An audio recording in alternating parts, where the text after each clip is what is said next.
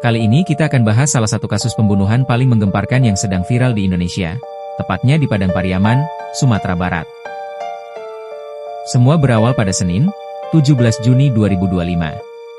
Warga di sekitar Sungai Batang Anai, Padang Pariaman, digegerkan oleh penemuan jasad tanpa kepala, tangan, dan kaki yang terapung di sungai. Petugas Polsek segera tiba untuk olah TKP, untuk melakukan penyelidikan awal kasus pembunuhan yang luar biasa kejam ini.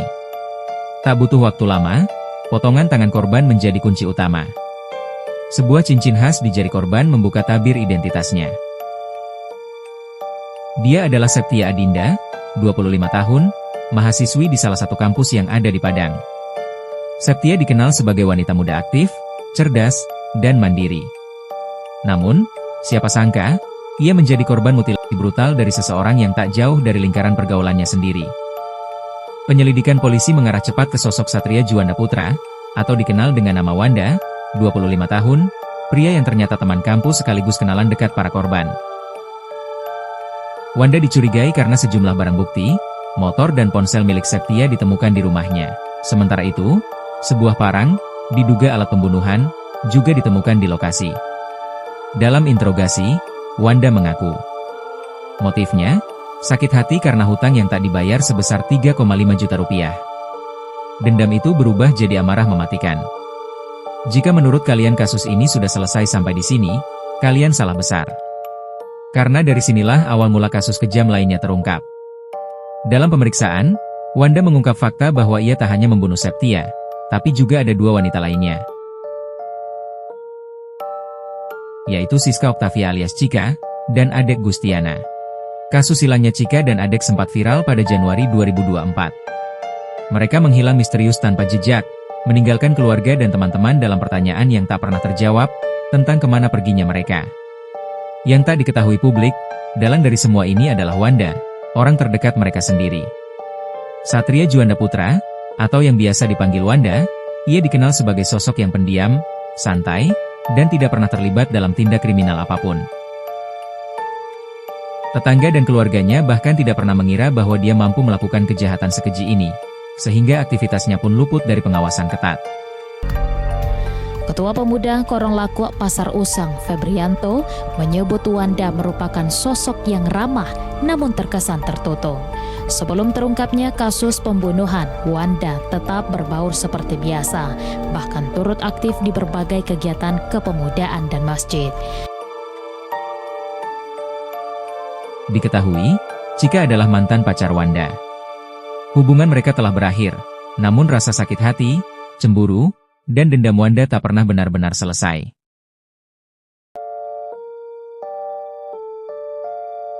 Menurut pengakuan Wanda, ia merasa sakit hati dan cemburu. Karena setelah hubungan mereka berakhir, Cika dekat dan memiliki hubungan dengan pria lain, yang mana hal itu membuat Wanda menjadi cemburu. Wanda juga merasa bahwa Cika meremehkan dirinya, baik secara sosial maupun pribadi, sehingga muncul dendam yang ia pendam, hingga akhirnya memutuskan menghabisi nyawa mantan kekasihnya tersebut. Penghilangan nyawa terhadap Cika disebut dilakukan dengan rencana yang matang. Wanda mengajak Cika ke suatu tempat, kemudian menghabisinya dan menyembunyikan jasadnya di sumur tua di belakang rumahnya. Setelah menghabisi Cika, Wanda berpura-pura peduli, bahkan ikut menemani keluarga melapor ke polisi dan membantu dalam pencarian korban.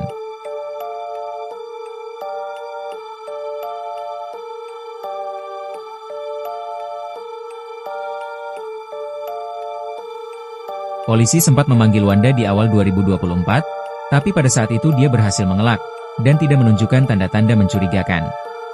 Sehingga ia pun dapat melanjutkan hidup dengan bebas tanpa pertanggungjawaban hukum apapun. Sedangkan korban kedua dari tragedi kelam Padang Pariaman adalah Adek Gustiana. Ia adalah seorang mahasiswi muda yang dikenal ramah dan ceria oleh teman-temannya. Adek, yang berusia 24 tahun, adalah mahasiswa aktif di kampus yang sama dengan pelaku. Ia juga dikenal sebagai sahabat dekat Cika. Adek Gustiana dan Wanda memang tidak memiliki hubungan spesial layaknya Cika, namun pertemanan mereka terjalin karena satu lingkungan kampus. Lewat Cika, Wanda dan Adek cukup sering berinteraksi. Dari luar, semua tampak biasa. Namun di balik itu, tersimpan rasa dendam dan rencana keji dari pelaku. Motif Wanda terhadap Adek berbeda dengan korban lainnya. Menurut pengakuan pelaku, ia merasa terganggu dengan keberadaan Adek yang dianggap mempengaruhi Chika. Pelaku merasa Adek adalah penghalang yang membuat Chika semakin menjauh darinya dan karena dialah hubungan Wanda dengan Chika berakhir. Rasa sakit hati dan dendam itu akhirnya berkembang menjadi niat menghabisi Adek. Awal 2024, tepatnya 9 Januari, Chika dan Adek dilaporkan hilang bersamaan. Keduanya dilaporkan menghilang secara misterius setelah pamit pergi keluar, lalu tidak pernah kembali. Wanda, yang saat itu dikenal sebagai teman dekat korban, justru ikut aktif dalam pencarian. Selama lebih dari 1 tahun setelah kejadian, Wanda bermain peran sebagai pendamping keluarga korban, seolah peduli dan turut berduka. Ia bahkan membantu membuat laporan ke polisi, ikut dalam pencarian, dan berpura-pura tidak tahu menahu tentang hilangnya Adek maupun Chika. Chika dan Adek dihabisi satu persatu. Jasad mereka disembunyikan di dalam sumur tua di belakang rumah Wanda. Sumur tersebut adalah sumur tua yang sudah lama tidak digunakan, bahkan tidak pernah diakses, sehingga kondisinya luput dari perhatian. Selama lebih dari setahun, sumur itu menjadi kuburan rahasia, hingga kasus mutilasi Septia membongkar semuanya.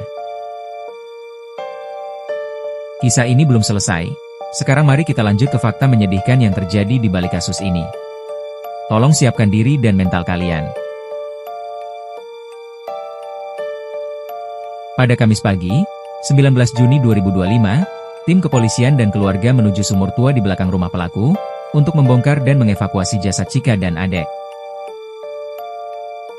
Ibu Chika, yang bernama Ibu Nila, yang selama ini berjuang mencari anaknya, ikut hadir di lokasi. Namun siapa sangka, saat berada sekitar 500 meter dari lokasi sumur, tepat saat melihat keramaian dan suasana evakuasi berlangsung, nafasnya mulai terasa berat, wajahnya memucat, dan seketika itu juga, Ibu Nila jatuh pingsan, karena rasa syok yang begitu besar. Tim medis berusaha menolong, namun di perjalanan menuju puskesmas terdekat, Ibu Nila dinyatakan meninggal dunia.